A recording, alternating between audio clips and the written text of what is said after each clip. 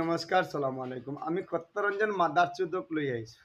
এতিয়ালৈকে আমাৰ বানপানী মানুহৰ ওচৰত যাব পৰা নাই আৰু কৈ আছে অসমীয়া চা, তুই এজন বাংলাদেশী বঙালী মানুহ, তুই অসমীয়া মানুহ ক'ৰ পৰা আহিলি? সুধীৰ ভাই, মাদাৰচুদ তোক কৈছোঁ এতিয়ালৈকে পৰা নাই হেল্প কৰিবৰ কাৰণে, অসমীয়া মানুহৰ ওচৰত থিয় হ'ব পৰা নাই আৰু অসমীয়া বুলি চা বুলি তোমাৰি মা কা ভচুৰা মাৰো ভেঞ্চত চাহ অসমীয়া চাহ তহঁতে ইয়াৰ পৰা মিয়া খেদিছিলি, তহঁতে ইয়াৰ পৰা মুছলমান খেদিছিলি। আজি তহঁতে 500 টকাৰ কাৰণে মোৰ ভৰিত পৰিছ, এইটো দেখুৱাই দিলে আজমলে।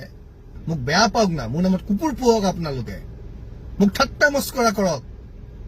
17 বাৰ মোগলক খেদা সেই আহোম ঠাইত, আহোমৰ গৌৰৱৰ ঠাইত, আহোমৰ প্ৰাণ কেন্দ্ৰ শিৱসাগৰত আজি অসমীয়া ব্যক্তিয়ে সেইধৰণে ভৰিত ধৰিব লগা হ'ল। কৈছে আমি মানা কৰিছো নহয়। আৰে আমি ইমান বুৰ্বক আকৌ?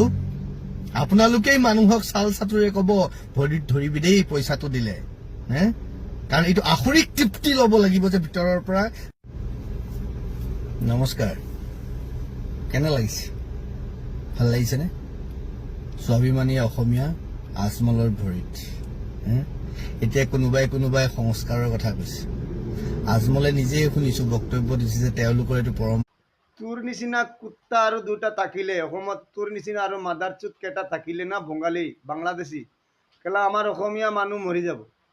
আমাৰ অসমীয়া মানুহ জীয়াই থাকিব নালাগে তোৰ নিচিনা মাদাৰচুদ থাকিলে। কেলা কুকুৰ পোৱালি, মই তোক কৈছোঁ এতিয়ালৈকে বানপানী মানুহক সাহায্য কৰিব পৰা নাই।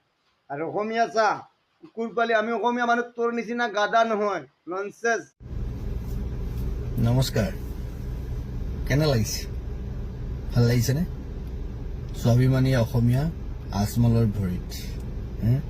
এতিয়া কোনোবাই সংস্কাৰৰ কথা কৈছে।